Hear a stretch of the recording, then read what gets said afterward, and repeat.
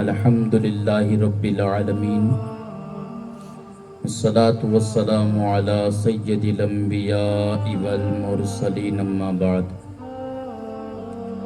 قال اللہ تبارک و تعالی فی القرآن المجید والفرقان الحمید اعوذ باللہ من الشیطان الرجیم بسم اللہ الرحمن الرحیم الا ان اولیاء اللہ لا خوف علیہم ولا هم یحزنون صدق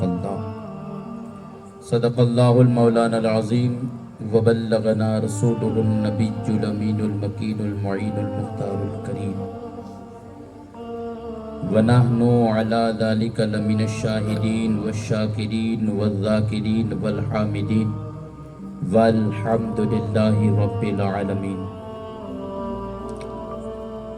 آئیے کچھ عرض و معروض سے قبل اہل سنت و جماعت کے عظیم اور قدیم قانون اور دستور کے مطابق ہم اور آپ سب مل کر اپنے پیارے آقا جناب پاک صاحب الاولاق احمد مجتبی محمد مصطفیٰ ارواحنا فدا صلی اللہ تعالی علیہ وسلم کی مقدس اور عالی بارگاہ میں اپنی غلامی کا ثبوت پیش کرے اور جھوم کر کے پڑھیے اللہم صلی علی سیدنا مولانا محمد معدن الجود والکرم وآلہ وبارک وسلم صلاۃ و سلاما دائما علیک یا سیدی یا رسول اللہ صلی اللہ علیہ وسلم۔ نبی اور آل نبی پر ایک اور مرتبہ جھوم کر کے درود پاک پڑھیں۔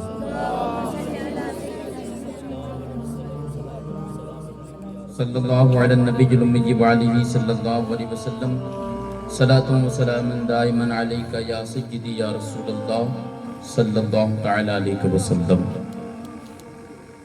حضرات گرامی، پیران پیر، روشن ضمیر حضور شیخ عبدالقادر جیلانی غوث اعظم رضی اللہ مولا عنہ کی آج یہ 5ویں محفل سجی ہوئی ہے۔ اللہ تعالیٰ اس محفل کے برکات سے ہم سبوں کو مالا مال فرمائے اور غوث اعظم کے نقش قدم پر ہم سبوں کو چلنے کی توفیق رفیق عطا فرمائے۔ خطبہ مثنیٰ کے بعد آیہ قرآنیہ میں نے آپ کے سامنے تلاوت کی الا ان اولیاء اللہ لا خوف علیہم ولا هم یحزنون، کہ بے شک اللہ کے ولیوں کو نہ کوئی خوف ہوتا ہے اور نہ غم۔ اس کے ضمن میں اللہ کے برگزیدہ بندے حضور شیخ عبدالقادر جیلانی غوث اعظم رضی اللہ مولا عنہ کی طرف لے جانے کی کوشش کروں گا، لیکن چونکہ خطبے کی آیت کے بعد میں نے درود کی بھی معمول کے مطابق پڑھوانے کی کوشش کی، جو انداز عاشقوں کے درود پڑھنے کے ہوتے ہیں وہ انداز نظر نہیں آئے، اس لیے اپنی عادت کے مطابق درود پاک کی ایک فضیلت کو آپ سماعت کرتے چلے، تاکہ دن و رات صبح و شام جب بھی موقع ملے تو اس بات کو یاد کر کے اللہ چاہے گا تو درود پڑھنے کی عادت پڑ جائے گی۔ آقا فرماتے ہیں اللہ تبارک و تعالیٰ کا ایک فرشتہ جو بہت ہی بڑا ہے، جس کے قدم زمین کے اندر تحت الثری میں، زمین کے نیچے کیا ہے؟ دوسری زمین، اس کے نیچے تیسری زمین، اس کے نیچے چوتھی زمین، 7 آسمان ہے، 7 زمینیں ہیں، اور اس کے نیچے تحت الثری ایک مقام کا نام ہے۔ آقا فرماتے ہیں کہ وہ فرشتہ جس کے قدم، جس کے پیر، جس کے پاؤں تحت الثری میں ہے، اس فرشتے کا سر عرش معلیٰ، اتنا بڑا فرشتہ، 7 آسمان سے بھی اوپر اس کا سر، اس کے پیر 7 زمینوں سے بھی نیچے، اتنا لمبے قد کا وہ فرشتہ ہے اور فرشتوں کو اللہ تبارک و تعالیٰ نے پر دیے ہوتے ہیں. پر کا مطلب ہوتا ہے پانکھ. پر دیے ہوتے ہیں کہ وہ فرشتے اپنے پروں کے ذریعے جس طرح پرندے آسمانوں پہ اڑتے ہیں فرشتے بھی اڑا کرتے ہیں. اب پرندے اور فرشتے اڑنے میں زمین و آسمان کا فرق ہے, برابری نہیں ہو سکتی. فرشتے فرشتے ہوتے ہیں. اللہ تعالیٰ نے وہ طاقتیں دی ہوتی ہیں, وہ طاقتیں دی ہوتی ہیں جس کا ہم اندازہ بھی نہیں کر سکتے. بالخصوص سید الملائکہ, کون؟ حضرت سیدنا جبرائیل علیہ السلام. یہ ایسی طاقت والے فرشتے ہیں, اللہ نے اتنی قوت دی ہے, ایسا اختیار دیا ہے کہ میں اور آپ اپنی آنکھ کو کھولے اور بند کرے, اس میں دیر لگ سکتی ہے, لیکن حضرت جبرائیل علیہ السلام کی طول کا عالم یہ ہے, ان کی پرواز کا عالم یہ ہے کہ ہم آنکھ کھولیں گے بند کریں گے دیر لگے گی. حضرت جبرائیل علیہ السلام اتنی دیر کے اندر یہاں سے لے کر کے سدرۃ المنتہا پر پہنچ جاتے ہیں. سدرۃ المنتہا کہاں ہے؟ 7 آسمان سے بھی اوپر, جہاں پر ان کی رہنے کی جگہ ہے, جہاں پہ وہ رہتے ہیں, اس جگہ پہ پہنچ جاتے ہیں. ہم آنکھ کھولے اور بند کریں, اتنی اس سے بھی کم عرصے کے اندر یہ طاقت ہے. آقا فرماتے وہ فرشتہ جس کو اللہ تعالیٰ نے اتنا بڑا بنایا ہے, اس کا اثر عرش معلیٰ پہ, اس کے قدم تحت الثری کے اندر ہے. فرماتے ہیں اس کے پر ہے, اگر ایک پر وہ کھول دے, پانکھ ایک پر کھول دے تو مشرق سے مغرب ساری زمین کو اپنے پر کے اندر ڈھانپ لے. یہ فرشتے کے پر کا عالم. اب اندازہ کریں, آپ کو میں درود پاک کی طرف لے جانا چاہتا ہوں. جب کوئی بندہ مومن اللہ کے رسول صلی اللہ علیہ وسلم کی ذات کے اوپر درود پڑھتا ہے, تب اللہ تعالیٰ کا حکم اس فرشتے کو ہوتا ہے. فرشتے اڑ, کس کو؟ جو اتنا بڑا ہے, زمین و آسمان میں جس کی طول اور اس کی پرواز کا عالم یہ ہے, کہتے ہیں وہ فرشتے کو اللہ تبارک و تعالیٰ کا حکم ہوتا ہے. فرشتے اڑ, اور اڑنے کے بعد جنت کے اندر جو پانی کی نہر جاری ہے, اس نہر کے اندر غوطہ زنی کر, غوطہ لگا, اس کے اندر ڈوبکی لگا. اللہ کے حکم سے وہ فرشتہ اڑتا ہے. کب؟ جب ایک بندہ مومن حضور پہ درود پڑھتا ہے, تب وہ فرشتہ اڑتا ہے اللہ کے حکم سے. اڑنے کے بعد جنت کی اس نہر میں جاتا ہے, وہاں غوطہ لگاتا ہے, اور غوطہ لگانے کے بعد اللہ کا حکم ہوتا ہے, اے فرشتے اب اپنے پر کو جھاڑ, اپنی پانکھ کو جھاڑ. وہ فرشتہ جھاڑتا ہے. اب مجھے بتائیں, ہمارے پاس ایک چھوٹا سا معمولی رومال ہو, ایک رومال ہو, اس رومال کو پانی میں بھگو کر کے اگر ہم جھڑکیں گے, جھاڑیں گے, تو اس رومال سے پانی کے کتنے قطرے نکلیں گے ہم اس کو گن نہیں سکیں گے, ہم اس کا اندازہ نہیں کر سکیں گے. 1 سے 2 فٹ کا ایک رومال ہے, اس کے نکلنے والے قطروں کا اندازہ ہم نہیں لگا سکتے کہ پانی کے کتنے ذرات نکلے ہیں, پانی کے کتنے قطرات طبقے ہیں. اب وہ فرشتہ جس کے پر کا عالم یہ ہے کہ اگر پر کھول دے تو مشرق و مغرب کو پر کے اندر ڈھانپ لیا کرے. کتابوں میں لکھا ہے, اللہ کے رسول صلی اللہ علیہ وسلم فرماتے ہیں جب کوئی بندہ مومن حضور مجھ پہ درود پڑھتا ہے, آقا فرماتے ہیں کہ درود پڑھتا ہے, اللہ کا حکم اس فرشتے کو ہوتا ہے, وہ پانی کے اندر غوطہ زنی کرتا ہے, پھر حکم ہوتا ہے اپنے پروں کو جھاڑ. جب وہ جھاڑتا ہے تو اللہ تبارک و تعالی اس پر سے جھڑے ہوئے قطروں کے ذریعے سے, اس قطروں سے اللہ تبارک و تعالی فرشتوں کو پیدا فرما دیا.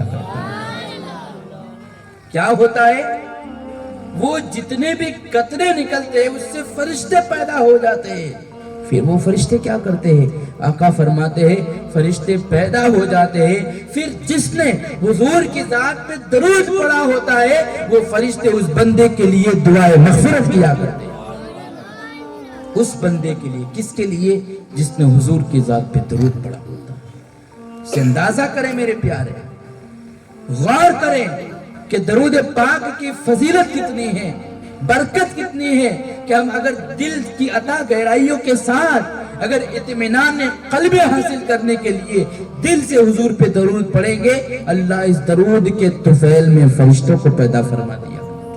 وہ فرشتے صرف ایسا نہیں, ادھر پیدا ہو گئے اور انہوں نے جو ہے ہمارے لیے بخشش کی دعا کر دی. نہیں، حضور فرماتے ہیں کہ وہ پیدا ہو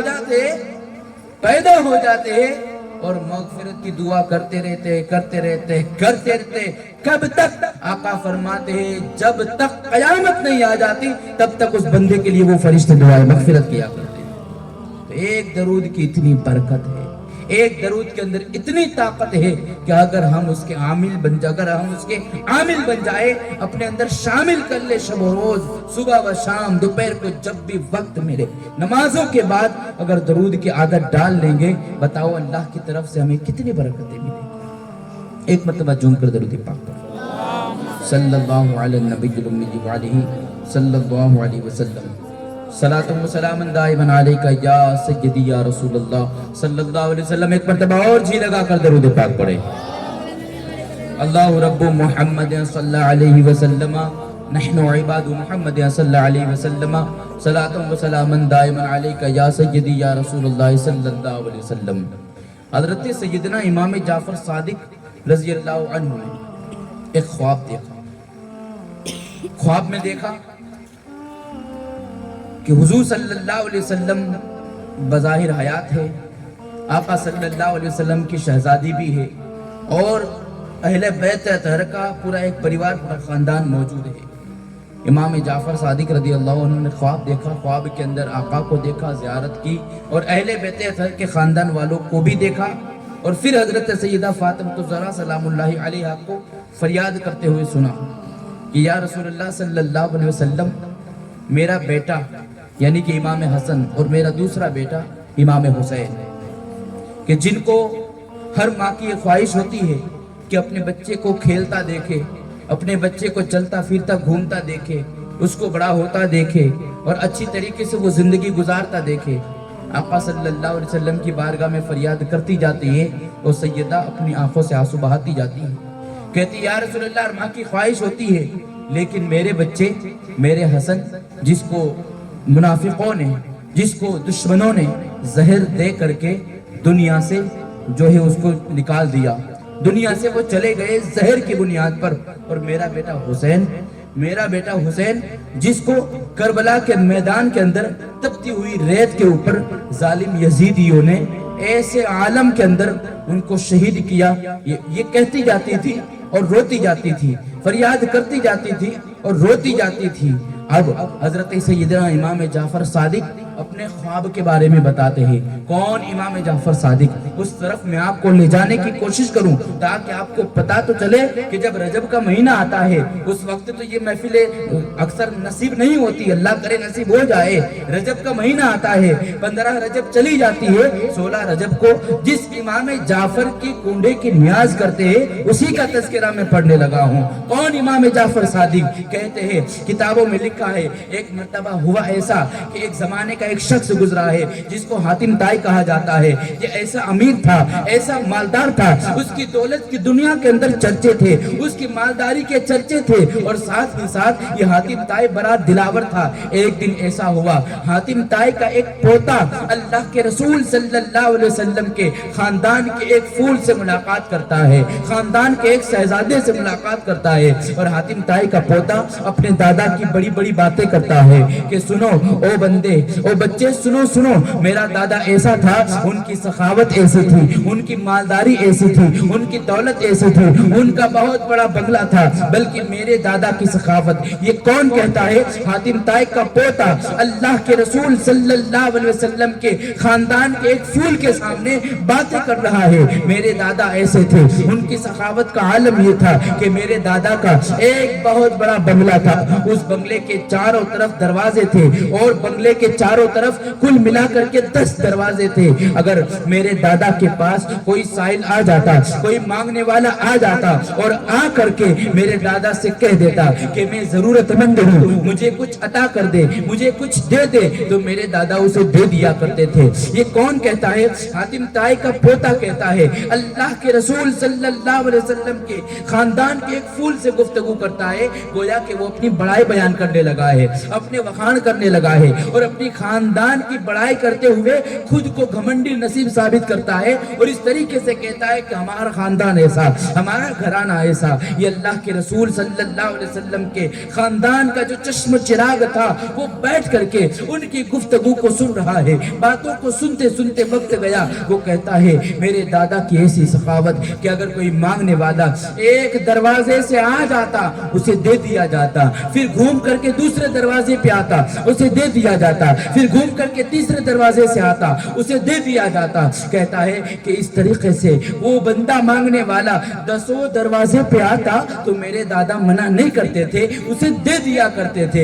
اتنا بڑا سخی تھا میرا دادا کہ آنے والے کو انکار نہیں کیا جاتا، آنے والے کو ٹھکرایا نہیں جاتا، ہمیشہ دے دیا جاتا تھا. اللہ کے رسول صلی اللہ علیہ وسلم کے خاندان کا چشم چراغ ساری گفتگو کو سنتا ہے اور سننے کے بعد مسکراتے ہوئے اپنے الفاظ میں یوں بیان کرتے ہیں، ہاں ہاں سن لی تمہارے دادا کی سخاوت کہ اتنی بڑی حویلی، اتنا بڑا بنگلہ جس کے 10 دروازے اور ہر دروازے پہ سائل آتا اسے دے دیا جاتا، لیکن سائل کی مراد مکمل نہیں ہوتی، اسے 11ویں دروازے کی تلاش لیتی. ہاں ہاں یہ تیرے دادا کی سخاوت. اب ذرا سن میرے نانا کی سخاوت کا عالم، میرے نانا کی سخاوت بھی سن. میں اس گھرانے سے تعلق رکھنے والا ہوں جو دنیا کے اندر سب گھرانوں سے اعلیٰ گھرانہ ہے، دنیا کے اندر سب خاندان والوں سے اعلیٰ خاندان ہے، اس سے تعلق رکھنے والا ہوں. اپنے دادا کی بڑائی بیان کر دی. اب سن میرے نانا کا بنگلہ نہیں ہے،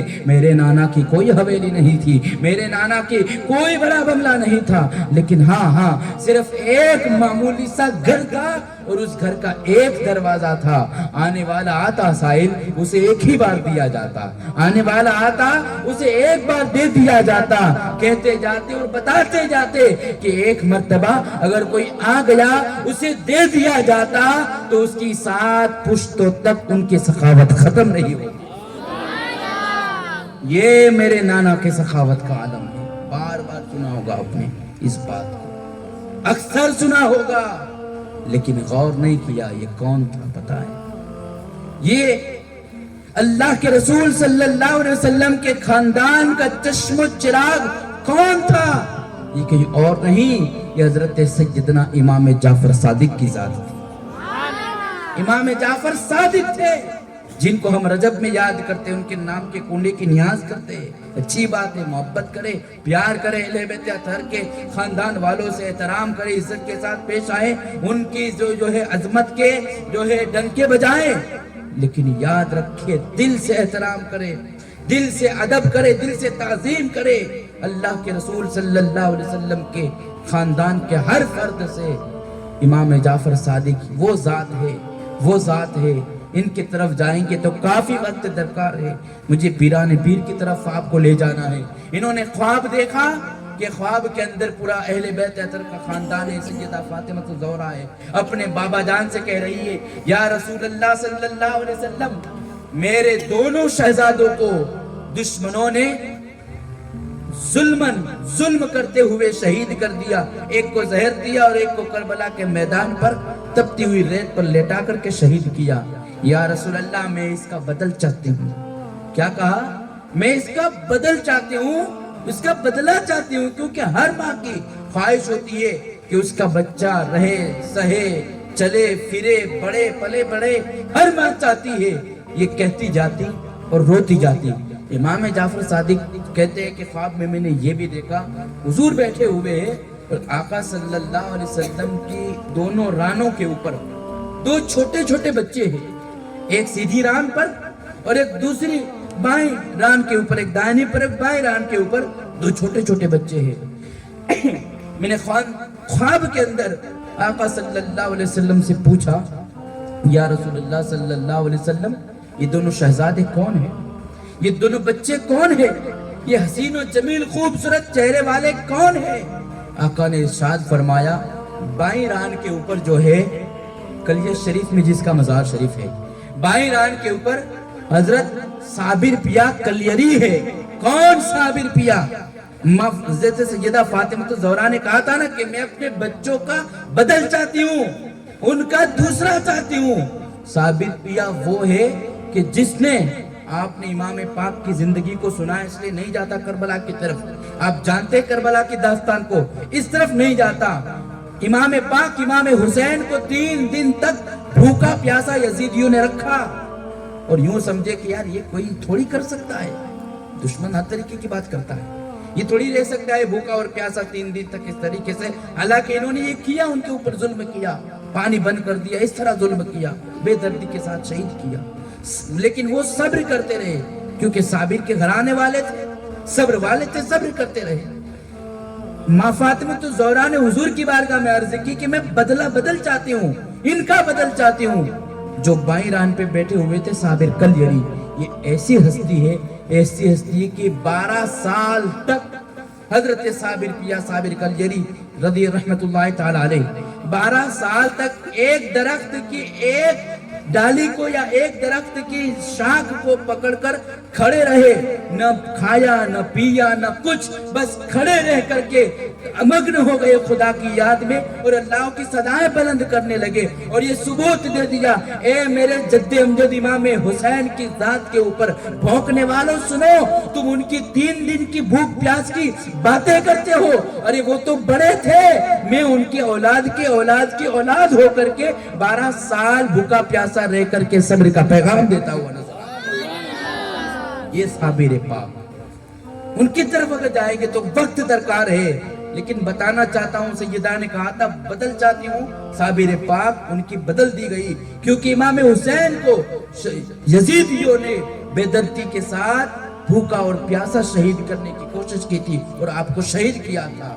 اور امام پاک امام حسن شہید کربلا، امام پاک امام حسن جن کو زہر دے کر کے شہید کیا گیا، اس دنیا سے آپ کو کئی مرتبہ زہر دیا گیا، کتابوں میں لکھا ہے 6 مرتبہ یا 7 مرتبہ اس طریقے سے، یا 5 مرتبہ، الگ الگ روایتیں، امام حسن کو زہر دیا گیا تھا، کبھی جو ہے پانی میں، کبھی جو ہے کھانے میں، کبھی کس چیز میں، کبھی شہد میں، آخر مرتبہ جو زہر دیا تھا، مجھے اس طرف نہیں جانا، چونکہ ادھر جاؤں گا تو کربلا کی طرف راستہ نکل جائے گا، مجھے پیرانے پیر کی طرف لانا ہے، یہ تو وقت نہیں رہتا، موقع نہیں رہتا کہ امام پاک امام حسین کی زندگی آپ کو میں بتاؤں۔ اللہ کرے وہ وقت بھی آئے کہ حقیقت میں ہم کربلا والوں کی زندگی پڑھے اور سنیں، اور پھر دیکھیں کہ ان سے محبت کا صلہ اللہ کیسا دیتا ہے، انہوں نے کیسی زندگیاں گزاری۔ امام حسن رضی اللہ مولا عنہ کو آخری مرتبہ جو زہر دیا گیا تھا، وہ کانچ کے جو ہے چھوٹے چھوٹے ٹکڑے کیے، وہ پانی کا جو ایک بوتل تھی، برتن تھا، اس پانی کے اندر ڈال دیے، پھر آپ نے وہ پانی پیا، اور وہ کانچ کے ٹکڑے جب اندر جسم کے اندر گئے تو پورے جسم کو کاٹ دیا، اور یہ ایسا درد تھا جو آپ برداشت نہ کر سکے۔ اگلی 2-3 مرتبہ جو آپ کو زہر دیا گیا، کھانے میں، پینے میں اور شہد میں جو بھی زہر دیا گیا تھا، یا کھجور میں جس طریقے سے بھی زہر دیا تھا، تو 2-3 مرتبہ تو حضور کے دربار میں جا کر کے فریاد رکھ دیتے تھے امام حسن، اللہ کے رسول کے صدقے میں آپ کو اللہ تبارک و تعالی اس زہر سے شفا دے دیتا تھا۔ اس مرتبہ جب آخری یہ زہر دیا گیا امام حسن کو، تو آپ کے اندر اٹھنے کی طاقت نہ رہی، تاب نہ لا سکے، موجود تھے امام پاک کے پاس حضرت سیدنا امام حسین، پوچھا بھائی ذرا بتاؤ کس نے زہر دیا، کس نے زہر دیا؟ امام حسن نے کہا کہ یہ میں نہیں بتا سکتا، کیونکہ مجھے پکا یقین نہیں ہے کہ اسی شخص نے یا اسی عورت نے زہر دیا ہے، اگر کنفرمنگ ہوتی تو میں بتاتا، لیکن جو بھی ہے اس کا معاملہ خدا کے سپرد کرتا ہوں۔ ایسے وقت میں بھی انہوں نے اس طریقے کا اخلاق کے ذریعے سے بتایا، اپنا رویہ اختیار کیا کہ پکا نہیں ہے، مجھے یقین نہیں ہے کہ جس نے زہر دیا ہے وہ وہی ہے، اگر میں نے نام بتا دیا اور ہوا ایسا کہ دوسرا کوئی نکلا تو خواہ میری وجہ سے کسی اور کی جان چلی جائے، یہ میں گوارا نہیں کروں گا۔ تو امام پاک امام حسن کو زہر دے کر کے جو ہے شہید کر دیا گیا تھا۔ اب امام پاک کے بارے میں سیدہ اپنے والد یعنی کہ پیارے آقا علیہ السلام کی بارگاہ میں یہ کہتی ہے، ان کا بدل چاہتی ہوں۔ آقا نے فرمایا، خواب جو امام جعفر نے دیکھا تھا، بائیں جو ہے ران کے اوپر امام حضرت سیدنا صابر کلیری کو دیکھا تھا، اور دائنی ران کے اوپر پیارو کوئی اور نہیں، جس پیران پیر، جس روشن ضمیر، جس شیخ عبد القادر جیلانی غوث پاک کی محفل میں آئے ہو، حضور صلی اللہ علیہ وسلم کی سیدھی ران کے اوپر حضرت شیخ عبد القادر کی ذات تھی، غوث اعظم تھے۔ اب امام حسن کو جو زہر دیا گیا تھا نا، وجہ کیا تھی پتہ ہے؟ کہ اگر ان کا گلا گھونٹ دیا جائے گا تو دین چلا جائے گا, دین مٹ جائے گا اللہ کے رسول کا, دین آگے نہیں بڑھے گا. وہ تو شہید ہو گئے, لیکن اللہ نے دین کو کیسے باقی رکھا, کیسے باقی رکھا؟ کتابوں میں لکھا ہے حضرت شیخ عبد القادر جیلانی کے ذریعے سے اللہ تبارک, آپ ان کا نام لیتے ہیں, کتابوں میں پڑھتے سنتے ہیں تو آپ کو پتا ہوگا نام عبد القادر ہے, لیکن آپ کے بہت سارے القابات ہیں, بہت سارے آپ کے عرف ہے. ایک لقب یہ بھی ہے محی الدین, یعنی کہ دین کو زندہ کرنے والے. شیخ عبد القادر کی ذات وہ ذات ہے جنہوں نے اللہ کے رسول کے دین کو زندہ کیا ہے, اللہ کے رسول کے دین کو زندہ کیا ہے. تو سیدہ کی بھی بات مکمل ہو گئی کہ لوگ چاہتے تھے کہ دین مٹ جائے, غوث پاک کے ذریعے سے اللہ تعالیٰ نے دین کو زندگی عطا فرمائی. یہ غوث اعظم کی محفل میں آپ آتے ہیں, کس کی محفل میں؟ میں آپ کو بتاؤں, مولا کائنات حضرت مولا علی شیر خدا کرم اللہ وجہ الکریم نے اپنا جبہ مبارک حضرت سیدنا امام حسین کو دیا اور وصیت فرمائے, بیٹا حسین تم یہ اپنے بیٹے کو دے دینا. کس کو؟ اپنے بیٹے کو. امام حسین نے وہی جبہ حضرت سیدنا امام زین العابدین کو دیا اور پھر کہہ دیا کہ تم اپنے بیٹے کو دے دینا. انہوں نے اپنے بیٹے بلکہ مولا کائنات نے جب امام حسین کو جبہ دیا تھا تو یہ کہہ دیا تھا, امام حسین نے پوچھا تھا والد بزرگوار کہاں تک اس کو لے جایا جائے اور کہاں تک اس کو پہنچایا جائے؟ امام پاک امام حسین سے مولا کائنات نے ارشاد فرمایا, بیٹا حسین اس کو آگے بڑھایا جائے, بڑھایا جائے, بڑھایا جائے. جب جیلان کی سرزمین پر میرا بیٹا عبد القادر آ جائے, آخر میں یہ جبہ ان تک پہنچا دیا جائے.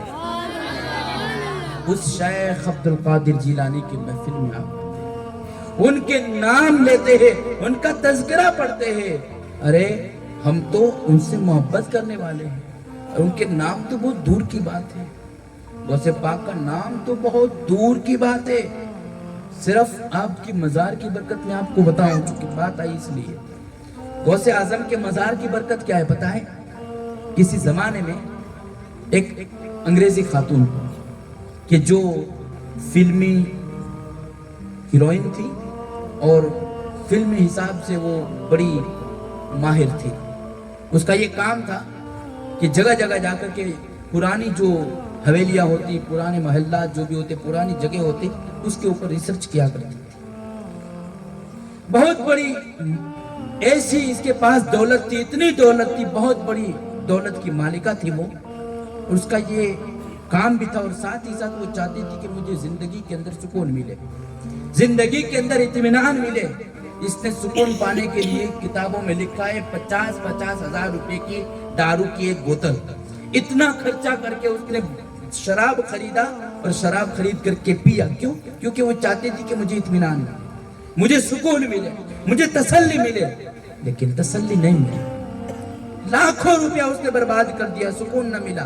ایک دن اپنے ڈرائیور سے کہتے چل, وہ چلے دونوں اور چل کر کے آگے بڑھتے گئے. اس نے شیڈیول بنایا تھا کہ ہمیں اس وقت وہاں پہنچنا ہے, اس وقت وہاں پہنچنا ہے, اس وقت یہاں پہنچنا ہے. یہ سارا اس کا اپنا پلان تھا, منصوبہ تھا, شیڈیول تھا, بنایا تھا.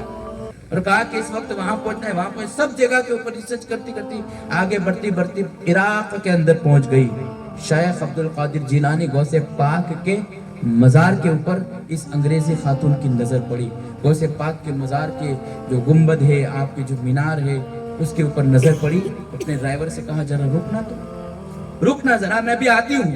یہ کہہ کر کے وہ ڈرائیور کار میں رہا, یہ نکلی اور غوث پاک کے مزار کے قریب آ کر کے بیٹھ گئی. کہا تھا کہ میں آدھا گھنٹہ یا 20 منٹ کے اندر واپس آ جاؤں گی. وہ انگریزی عورت کہتی ہے آدھا گھنٹہ یا 20 منٹ کے اندر آ جاؤں گی.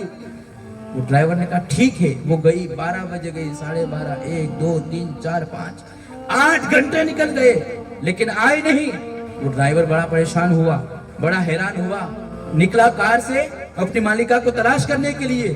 آگے بڑھتے بڑھتے پہنچ گیا وہ بھی غوث اعظم کے مزار کے قریب. اب کیا دیکھتا ہے کہ اس کی جو مالکہ تھی, انگریزی جو عورت تھی, وہ خاتون تھی مزار کے بالکل قریب بیٹھ کر کے وہ آنکھیں بند کیے ہوئے ہے اور آنکھوں سے آنسو جاری ہے. وہ ڈرائیور آ کر کے کہتا ہے مالکہ دیکھو تم نے تو سارا شیڈیول خراب کر دیا, ہمارا تو سارا شیڈیول خراب ہو گیا. آدھا گھنٹہ کے لیے بول کے گئی تھی, یہاں تو 8-10 گھنٹے نکل گئے. اب ہم کیسے آگے بڑھیں گے, اب اپنے شیڈیول کو کیسے آگے چلائیں گے. وہ بات کرتا ہے. اس کے بعد کے جواب میں وہ انگریزی خاتون کہتی ہے ارے تجھے کیا معلوم, تجھے کیا پتا, میں اتنے سالوں سے اتنے برسوں سے جس چیز کی تلاش میں تھی, تجھے تو معلوم ہے نا کہ میں نے ایک مرتبہ تجھے اتنے پیسے دیے تھے, 50,000 روپے یا جو بھی ہوتا, میں نے تجھے اتنے پیسے دیے تھے اور کہا تھا کہ کوئی ایسا نشہ لے کر کے آؤ جو مجھے اطمینان بخشے, جو مجھے تسلی بخشے, جو مجھے سکون دے. لیکن مجھے اطمینان نہیں ملا تھا, مجھے سکون نہیں ملا تھا. تو جانتا ہے, تجھے پتا ہے میں نے 1 گھنٹے کے سکون کے لیے لاکھوں روپیہ برباد کر دیا, لیکن زندگی میں کبھی سکون نہیں ملا. لیکن سن, آج اس اللہ کے برگزیدہ بندے کے مزار پہ آئی ہوں, ایسا سکون ہے, ایسا سکون ہے, ایسا سکون زندگی میں کبھی نہیں نصیب ہوا. اتنا اطمینان, اتنا سکون ہے. کہا کہ بس چلو اب. وہ خاتون کہتی ہے کہ نہیں, اب یہاں سے ہٹنے کو دل نہیں کرتا. وہ انگریزی عورت کہتی ہے کہ اب یہاں سے ہٹنے کو دل نہیں کرتا. کہا پھر کیا کرو گے؟ کہا کہ جب تک اس صاحب مزار کا جو دین تھا, یہ جس دین کی دعوت دیتے تھے, اس دین کے اندر شامل نہ ہو جاؤں تب تک اپنی کار کو آگے نہ بڑھاؤں گی. کتابوں میں لکھا ہے وہ انگریزی خاتون صاحب سجادہ جو اس وقت کے تھے, ان کے پاس گئی اور ان کے پاس جا کر کے مشرف اسلام ہوئی, اسلام کو قبول کیا اور پھر اللہ کے رسول کی سچی جو ہے عاشقہ بن گئی, اللہ کی سچی بندی بن کر کے اسلام کی خدمت کرتی ہوئی وہ عورت نظر آئی.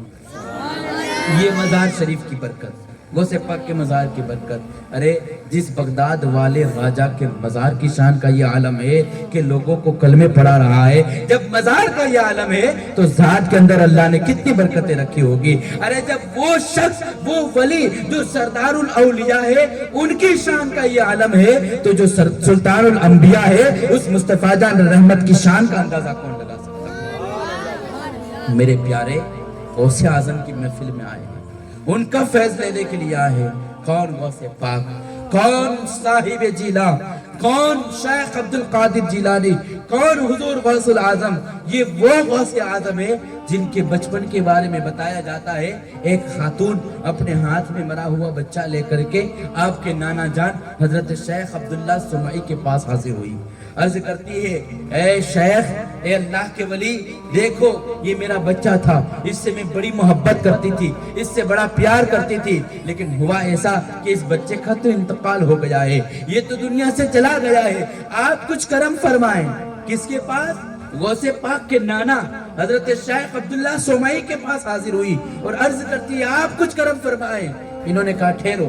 وہ رکی, آپ نے مراقبہ کیا. حضرت عبداللہ سمعی نے مراقبہ کیا اور مراقبے کے عالم کے اندر آپ نے کہاں دیکھا؟ لوح محفوظ پر. کہاں, کس کو کہتے ہیں لوح محفوظ؟ جہاں پر میری آپ کی پوری دنیا والوں کی زندگیاں, ہماری زندگی کا سارا بایو ڈیٹا لکھا جاتا ہے, اس جگہ کے اوپر اس تختی کو لوح محفوظ کہا جاتا ہے. کہا کہ حضرت عبداللہ سمعی نے لوح محفوظ پہ دیکھا کہ اس بندے کی فہرست, اس بچے کی لسٹ دیکھا, اس کی زندگی کے اندر اتنے ہی دن یا اتنے ہی مہینے تھے. بعد میں مراقبے سے باہر ہونے کے بعد خاتون سے کہا اب تیری بچے کی زندگی نہیں, اب تیرے بچے کی زندگی باقی نہیں ہے, اب یہ زندہ نہیں ہو سکتا, اب چلا گیا ہے, اب تم جان سکتی ہو. اس کی آنکھوں سے آنسو جاری ہے, وہ زاروں قطار رو رہی ہے, اپنے بچے کو لیا اور گھر کی طرف چلنے لگی. جب آگے بڑھتی گئی, چلتی گئی, جب وہاں سے باہر نکلی, حضور غوث الاعظم کی عمر 6 یا 7, چھوٹی عمر تھی غوث پاک کی, بالکل چھوٹے سی عمر ہے. ان کی نظر اس خاتون کے اوپر پڑی. کہا مائی کیوں روتی ہو, کس چیز نے ستایا ہے, کس وجہ سے تمہاری آنکھوں سے آنسو جاری ہے؟ وہ عورت کہتی ہے کیا بتاؤں, میں آئی تھی کہ کچھ مل جائے مجھے آپ کے نانا جان کے پاس لیکن دیکھو اس لیے آئی تھی میرا بچہ انتقال کر گیا ہے, میرا بچہ مر گیا ہے. اب میں چاہتی تھی کہ کچھ کرم ہو جاتا تو کوئی اچھی خبر یا اچھے میسج مل جاتے, لیکن اب جو ہے اچھے میسج نہیں ہے. یہ کہا شیخ عبد القادر جیلانی نے کہا اے مائی رکو ابھی کچھ کرتا ہوں. یہ کہنے کے بعد آپ نے فرمایا قم باذنی, کیا کہا؟ قم باذنی, اے بچے میرے حکم سے زندہ ہو جا. فوراً وہ بچہ آنکھیں کھولتا ہوا نظر آتا ہے, آنکھیں کھولتا ہوا نظر آتا ہے. وہ خاتون خوش ہو گئی. جب وہ خوش ہوئی مسکرائی, آپ نے فرمایا کہ جاؤ ہمارے نانا کے پاس اور بتا دینا. کہا کہ مجھے تو معلوم تھا, مجھے تو پتا تھا مر گیا ہے, میں چاہتی تو دفن کر دیتی. آپ کے پاس آنے کی کوئی اور وجہ نہیں تھی, آپ کے پاس آنے کی وجہ یہی تھی کہ مر تو گیا تھا, اس کو دوبارہ زندگی مل جائے, دوبارہ زندگی دلانے کے لیے آئی تھی. لیکن آپ نے میرا کام نہ کیا. وہ خاتون آئی ان کے پاس, حضرت عبداللہ سومئی کے پاس. آپ نے دیکھا آپ بھی محو تعجب میں ہیں, آپ بھی تعجب میں پڑ گئے اور تعجبانہ انداز میں اس عورت سے پوچھتے بتاؤ یہ بچہ کون ہے؟ کہا بھی جو لے کر گئے. کہا یہ تو مرا ہوا تھا. کہا کہ ہاں مرا ہوا تھا لیکن اب زندہ ہے. کہا ہم نے لوح محفوظ میں بھی دیکھ لیا تھا کہ اس کی تقدیر میں زندگی نہیں تھی, کس نے عطا کی زندگی؟ کہا کہ تمہارے نواسے عبد القادر جیلانی نے عطا کی ہے. نانا نے کہا کہ ابھی سے یہ کرامتیں دکھانے لگا ہے, بعد میں کیا ہوگا اس کی خیر نہیں. کتابوں میں لکھا ہے. یہ کہنے کے بعد شیخ عبداللہ سومئی نے ایک چھوٹی چھڑی یعنی کہ لکڑی اٹھائی اور کہا کہ عبد القادر کی خیر نہیں. یہ کہہ کر کے ان کے پیچھے گئے.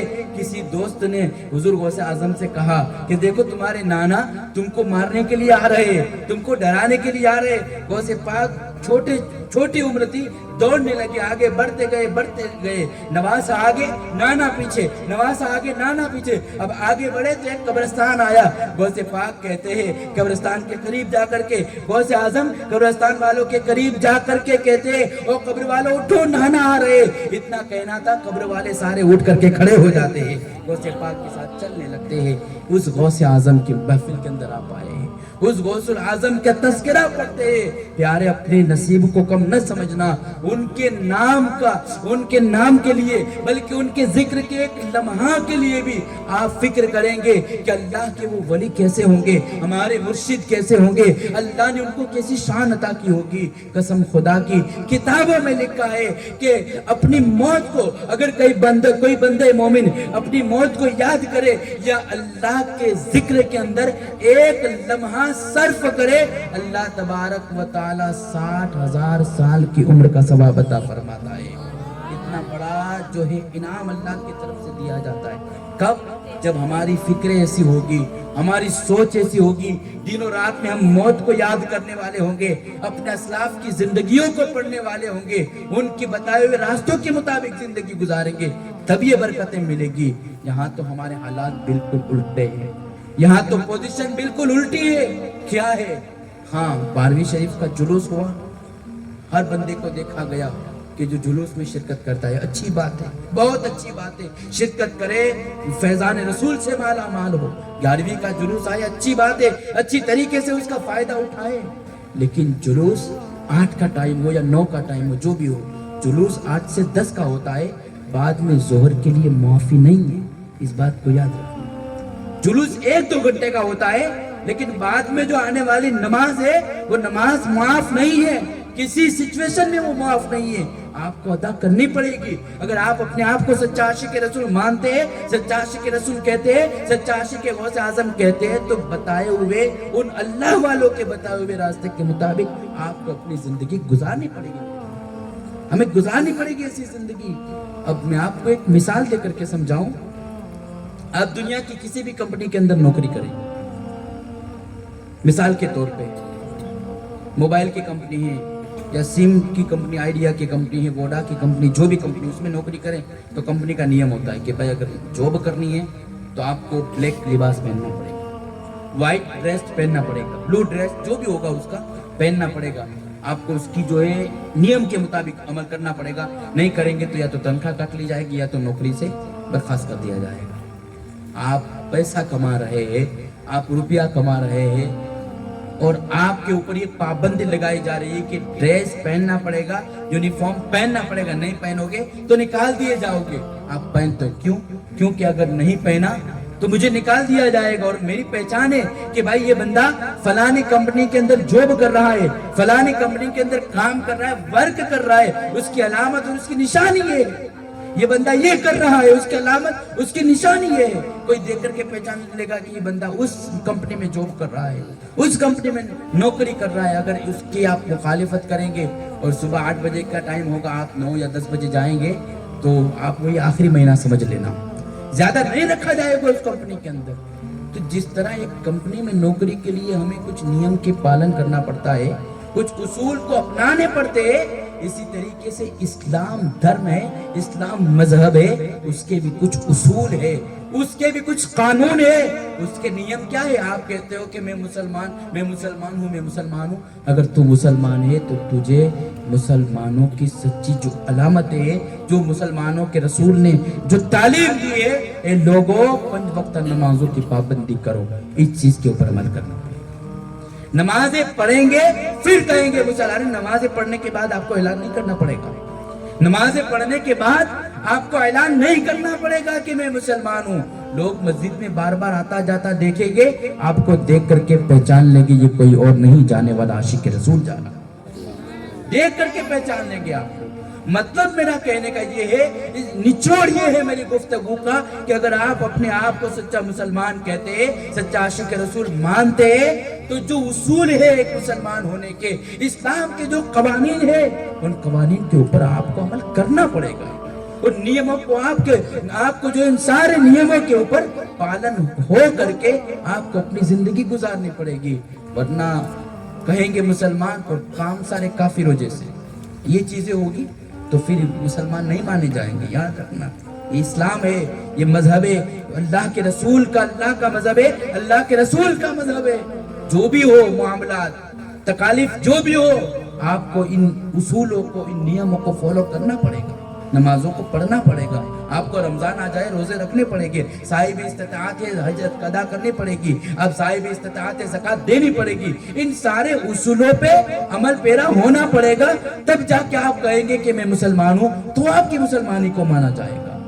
میرے پیارے, یہ محفل منانے کا مقصد یہی ہے کہ آپ صحیح معنی میں سچے ایک عاشق رسول بنے اور اپنی مسلمانی کو پہچاننے کی کوشش کریں. اللہ تبارک و تعالیٰ کی بارگاہ میں دعا ہے, جو باتیں بتائی مجھے آپ کو, ہم سبوں کو ان باتوں پر عمل کرنے کی توفیق عطا فرمائے. غلطی سے اگر کوئی جملہ نکل گیا ہو, مولا تعالیٰ میرے غلط جملے کو اپنے فضل و کرم سے معاف فرمائے. وآخر دعوانا ان الحمدللہ رب العالمین. السلام علیکم.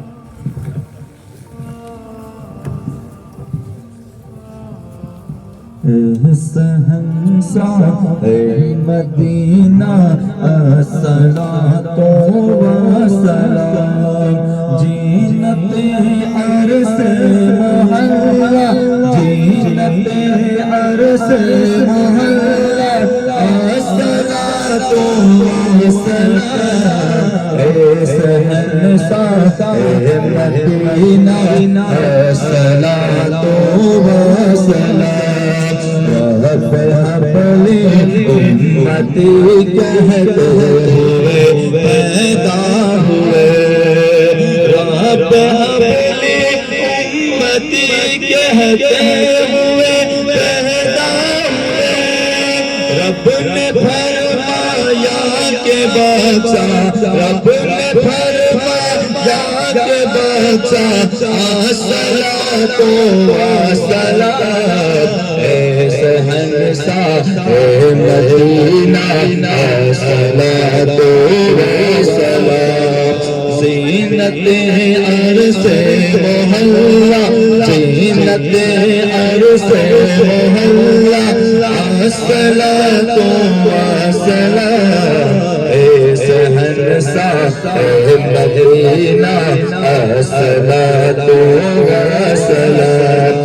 مومنوں پڑھتے رہو تم اپنے آقا پر درود, مومنوں پڑھتے رہو تم اپنے آقا پر درود. اے فرشتوں کا وظیفہ, اے فرشتوں کا وظیفہ, وجیفہ الصلاۃ والسلام اے شہنشاہ مدینہ الصلاۃ والسلام زینت عرش محلہ زینت عرش محلہ الصلاۃ والسلام اے شہنشاہ مدینہ الصلاۃ والسلام کوئی سمجھے گا کیا کوئی جانے گا کیا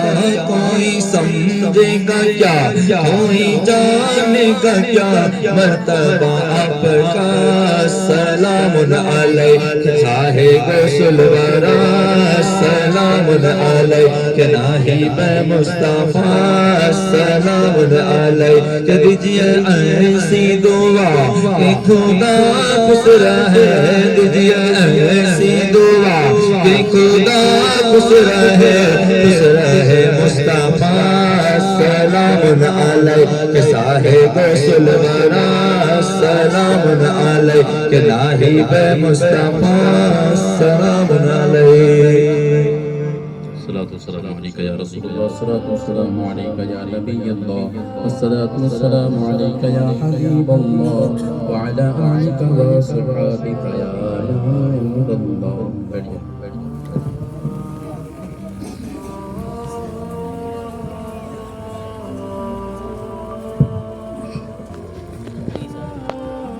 آج کی محفل ہمارے جناب رحیم بھائی حسن بھائی میڈا اور حمید خان سرور خان بیلیم دونوں نے اپنے خاندان کے جو بھی مرحومین اور بالخصوص غوث اعظم شیخ عبدالقادر جیلانی کی بارگاہ میں خراج عقیدت پیش کرنے کی غرض سے رکھی تھی. اللہ تعالیٰ اس محفل کو اپنی بارگاہ میں قبول فرمائے.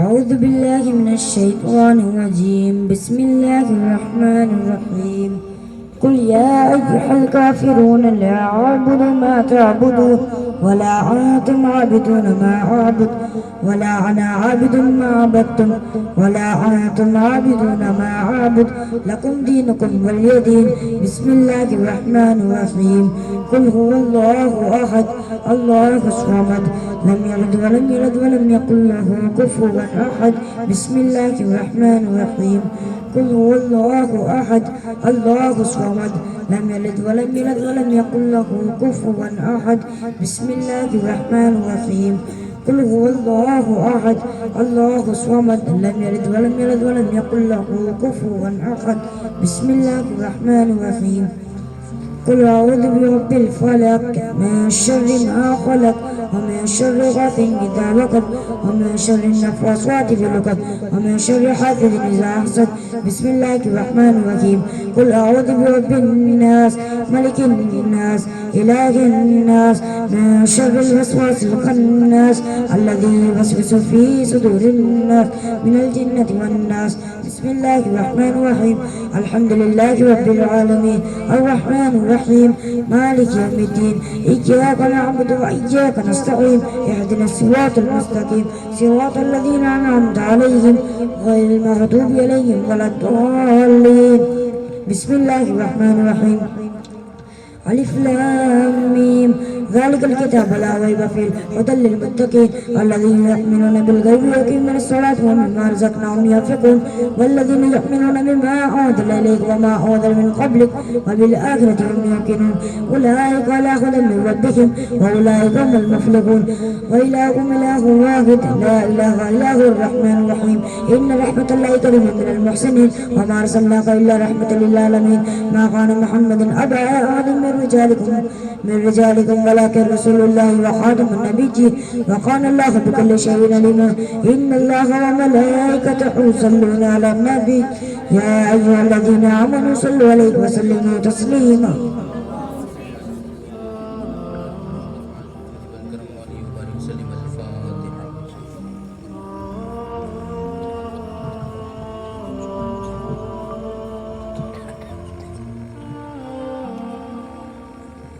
اللهم ربنا آتنا في الدنيا حسنة وفي الآخرة حسنة وقنا عذاب النار وقنا عذاب القبر وقنا عذاب الحشر وقنا عذاب الدارين اللهم رب اجعلني مقيم الصلاة ومن ذريتي ربنا وتقبل دعاء ربنا اغفر لي ولوالدي وللمؤمنين يوم يقوم الحساب یا الہی رحم فرما مصطفیٰ کے واسطے، یا رسول اللہ کرم کیجئے خدا کے واسطے، مشکل الکر شہ مشکل کشا کے واسطے، کربلا عزت شہید کربلا کے واسطے، یا الہی سید سجاد کے صدقے مساجد رکھ ہمیں علم حق دے باقر علم خدا کے واسطے، یا الہی قادری کر قادری رب قادری جو میں اٹھا قدر عبد القادر قدرت نما کے واسطے، الہی دکھا دے ہم سبوں کو وہ مدینہ کیسی بستی ہے جہاں پر رات دن مولا تیری رحمت برستی ہے، یا الہی ہمیں با ایمان دنیا سے اٹھا میرے مولا حضرت غوث الورا کے واسطے، میرے مولا حضرت خواجہ پیا کے واسطے، میرے مولا حضرت احمد رضا کے واسطے، یا اللہ تبارک و تعالی جو محفل سجائی گئی، جو بھی نعت منقبت حمد صلاۃ السلام گل شریف جو بھی درس و بیان ہوا، پڑھنے سننے سنانے میں اگر کوئی لفظ چھاون معنی خطا ہوئی ہو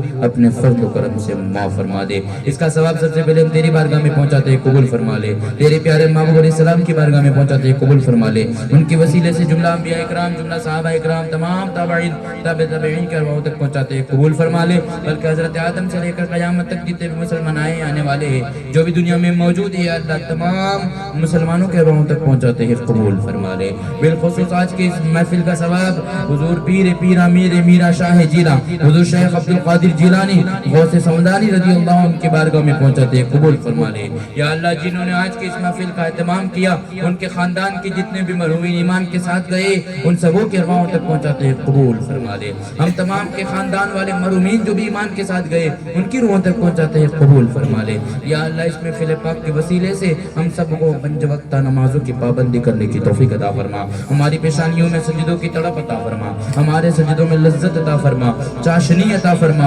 اخلاص عطا فرما، للہیت عطا فرما، تیرا قرب عطا فرما، تیرے محبوب سے سچی محبت کرنے کی توفیق رفیق عطا فرما، یا اللہ عالم اسلام کے مسلمانوں کی ایمان کی حفاظت فرما، عالم اسلام کے مسلمانوں کے عقیدوں کی حفاظت فرما، بالخصوص ہمارے فلسطینی بھائیوں کی غیب سے مدد فرما، یا اللہ مظلوم مسلمانوں کی غیب سے مدد فرما، یا اللہ تیرے محبوب کے طفیل میں مولا تعالی اہل ہند کے مسلمانوں کی مدد فرما، بالخصوص ہمارے اس شہر کے مسلمانوں کے عقیدوں کی حفاظت فرما، اعلیٰ سے اعلیٰ تعلیم ہم سب کو حاصل کرنے کی توفیق عطا فرما، تیرے دین کی خدمت کرنے کی توفیق عطا فرما، تجھے فضل کرتے نہیں لگتی بات نہ ہو تو سے مایوس امیدوار، گناہوں کی عادت چھوڑا میرے مولا مجھے